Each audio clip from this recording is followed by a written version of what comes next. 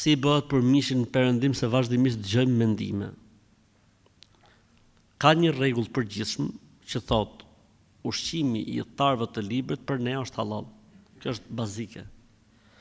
Por nëse dietarët e vendit ku ju jetoni ose hoxha ku ti falesh kanë nxjerrë një fetva tjetër, duhet esni me fetvan e hoxhallarëve atje.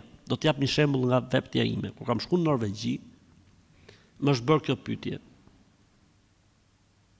Edhe thano hoxh, imami atje, masi e sqarova, thano hoxh, ne këtu,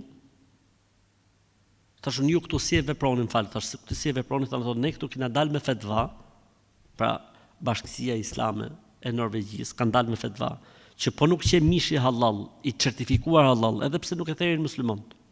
Pra edhe nëse janë të krishterë ata që e therin, ose hebrej, duhet jetë patjetër i certifikuar, ai mish është haram. Edhe pse në origjinë është halal, siç është pula, viçi e kështu me radhë.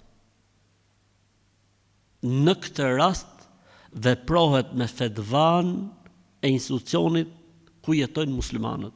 Pra ne themi ushqimi i udhëtarëve të librit për ne është halal. Kjo është origjina. Ky është rregulli bazik.